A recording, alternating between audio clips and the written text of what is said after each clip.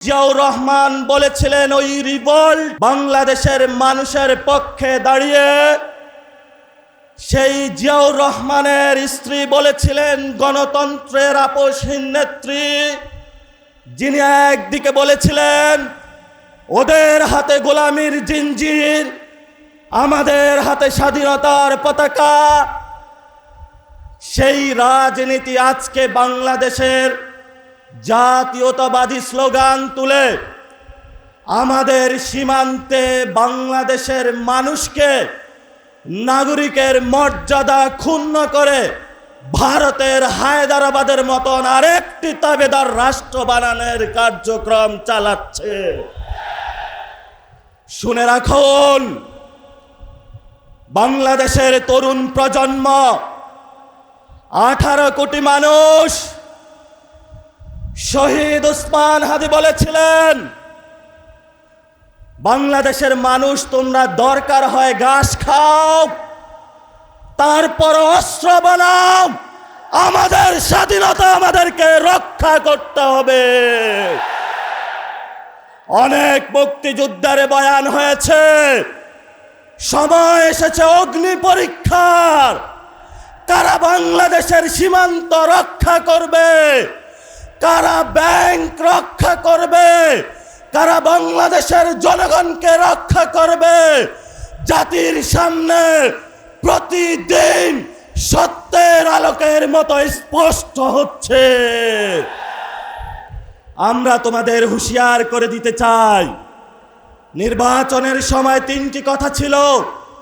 বাংলাদেশে একটি সুষ্ঠু নির্বাচন হবে, সেই নির্বাচনে তোমরা ইঞ্জিনিয়ারিং করেছ।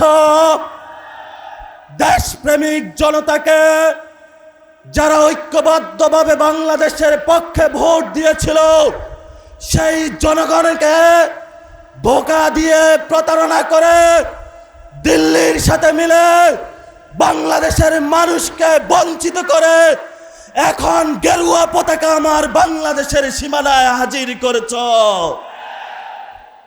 বাংলাদেশ থেকে আমরা স্পষ্ট বলতে চাই, বাংলাদেশে আমরা কোনো সীমান্তের হত্যাকাণ্ড সমর্থন করি না। বাংলাদেশে যারা বলতে চায় ভারত এবং বাংলাদেশের স্বপ্ন ভিন্ন, আমরা সেখানে প্রশ্ন করতে চাই, বাংলাদেশের এবং ভারতের স্বপ্ন সেদিনেই অভিন্ন হবে যেদিন সীমান্তে হত্যাকাণ্ড বন্ধ হবে, যেদিন আমাদের নদীতে পানি আমরা বুঝে পাব, সেদিনে অভিন্ন স্বপ্ন বাস্তবায়ন হবে। বাংলাদেশে যেই দিন আমার কাঁটাতারে ফেলানির আর কোনো লাশ ঝুলবে না, অবৈধভাবে কোনো নাগরিকদের হত্যাকাণ্ডের শিকার হতে হবে না, নদীতে কৃষক পানি পাবে, আমাদের বাণিজ্যের ক্ষেত্রে কোনো বৈষম্য হবে না, আমাদের রাজনীতির ক্ষেত্রে নাক গলানো বন্ধ করবে, সেদিনেই আমরা ভারতের সাথে মর্যাদার সম্পর্ক কি হবে সেটা ভেবে দেখবো। ভারত, তুমি কান খুলে শুনে রাখো, আমরা কোনো টাকার কাছে বিক্রি হই নাই, আমরা চাঁদাবাজি করি না, আমরা সন্ত্রাসী করি না, আমরা দুর্নীতি করি না। আমাদের লড়াই স্পষ্ট, বাংলাদেশের ইসলাম এবং সার্বভৌমত্বের লড়াই। গণতান্ত্রিকভাবে আমরা ধৈর্য ধারণ করে এগিয়ে যাচ্ছি। এই ধৈর্য প্রক্রিয়ায় যদি আমাদের অশান্ত করার আরেকটি পায়তারা করা হয়, তাহলে 24 জুলাইতে যেভাবে বাংলার জনগণ রাজপথে নেমে এসেছিল, আরেকটি জুলাইতে বিএনপির পতন বাংলাদেশে হবে ইনশাআল্লাহ। শেষ কথা, তারা এসেছে। এই যে বাজেট হলো, এটা কোনো বাজেট নয়, এটা দলীয় নেতাকর্মীদের একটি গ্যাজেট, যেই গ্যাজেটের মাধ্যমে তারা চাঁদাবাজির স্বীকৃতি করতে চাচ্ছে বাংলাদেশে। এটা হাওয়া ভবনের যারা কতগুলো ব্যক্তির একটা গ্রুপ, যাদের হাওয়া ভবনকে তারা বৈধ করার জন্য, বাংলাদেশে ডাবল ডিজিটের দুর্নীতি করার জন্য জনগণের উপর একটি বৈষম্যের বাজেট আমাদেরকে চাপিয়ে দিয়েছে। আপনারা মাঠে ঘাটে সর্ব জায়গায় সতর্ক থাকবেন। এই বাজেটকে আমরা ধিক্কার জানাচ্ছি। এই বাজেটে আবু সাইদের রক্ত নেই, এই বাজেটে শহীদ ওয়াসিমের রক্ত নেই, এই বাজেটে শহীদ মুগ্ধের রক্ত নেই, যেই বাজেটে আমাদের তরুণ প্রজন্মের কর্মসংস্থানের ব্যবস্থা নেই, সেই বাজেটকে আমরা ধিক্কার জানালাম। সাথে সাথে বাংলাদেশের জনগণকে কর্মসংস্থান বুঝিয়ে দেওয়ার জন্য, ভারতীয় সেবাদেশ থেকে মুক্তি পাওয়ার জন্য, হাওয়া ভবন থেকে বেরিয়ে আসার জন্য, চাঁদাবাজ সন্ত্রাস দুর্নীতি রুখার জন্য, একটি সাম্য স্বাধীন সার্বভৌম বাংলাদেশ গঠনের জন্য আমাদের এই যে নির্বাচনী জোট, সেটা থেকে আমরা ঐক্যবদ্ধভাবে হয়েছি। রাজনৈতিক লড়াই চলবে।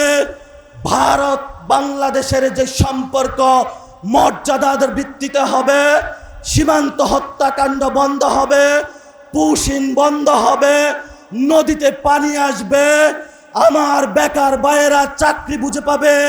যদি এই ব্যবস্থা বাংলাদেশে না হয়, এই যে চট্টগ্রামে রিভল্ট ঘোষণা হয়েছিল, এই চট্টগ্রাম থেকে আমরা আজকে আবার রিভল্ট ঘোষণা করলাম।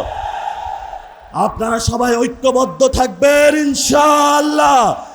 পুরো বাংলাদেশে রাজনৈতিক ব্যক্তিবর্গ যারা জনতার আন্দোলনকে কোনো আপোষ না করে শহীদি তামান্না নিয়ে রাজপথে কেউ আহত হয়েছেন, কেউ শহীদ হয়েছেন, এখন পর্যন্ত নেতৃত্ব দিয়ে যাচ্ছেন জনগণের কণ্ঠস্বর হয়ে 11 দলীয় জোটের নেতৃবৃন্দ। আমাদের উপর বাংলাদেশের আকাঙ্ক্ষার বোঝা দিয়ে যারা মৃত্যুবরণ করেছেন, আমাদের শহীদ ভাই এবং বোনেরা হাসপাতালে কাতরাচ্ছেন, আমাদের আহত যোদ্ধা ভাই ও বোনেরা গত 17 বছরে নিপীড়িত মা বোন জনতা যারা বাংলাদেশে নিজের কোলের শিশুর মতো আগলে রেখেছেন, আপনাদের সেই আজাদির লড়াইয়ের অংশ হিসাবে আজকের আমরা এই ময়দানে হাজির হয়েছি। সময় কম, ছোট্ট কয়েকটা কথা বলবো। এই চট্টগ্রামে ইসলামী সমাজ কল্যাণ পরিষদের ব্যানারে চট্টগ্রামের মানুষকে যিনি শান্তির পথে আহ্বান করেছিলেন, ইসলামের বাণী ছড়িয়েছিলেন, যাকে অন্যায়ভাবে হাসিনা খুনি সরকার আল্লাহর দরবারে শহীদ হিসাবে পাঠানোর ব্যবস্থা করেছিলেন, আমাদের প্রিয় সাইদি সাহেব। উনি একটি বিখ্যাত কথা বলেছিলেন, যেই কথাগুলা চট্টগ্রাম নয় পুরো বাংলাদেশের তরুণ প্রজন্মের কাছে এখনো দিবারাত্রি শানিত হচ্ছে। উনি বলেছিলেন, बर्बाद गुलिस्ता के लिए एक ही उल्लू काफी है, गुलिस्ता की हर शाख में उल्लू बैठा है, फिर अंजाम गुलिस्ता के लिए क्या होगा। उन्हें বলেছিলেন, এই ফুল বাগান নষ্ট করার জন্য একটা হুতুম পেঁচায় যথেষ্ট, কিন্তু আমাদের দেখছি পার্লামেন্ট থেকে সরকারি অফিস সর্ব জায়গায় হুতুম পেঁচা বসেছে। তাহলে আমার এই সুজলা সুফলা সোনার বাংলার কি হবে?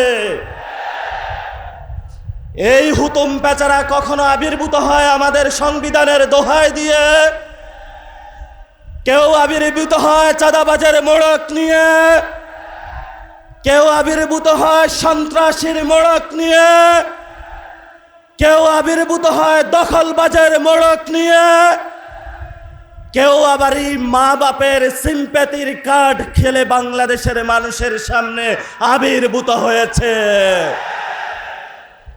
শেখ মুজিবের কন্যা শেখ হাসিনা বাংলাদেশের জনগণের বিরুদ্ধে দাঁড়িয়ে সিম্প্যাথির রাজনীতি করেছিল ভারতীয় বয়ানে। আমরা এখন দেখতে পাচ্ছি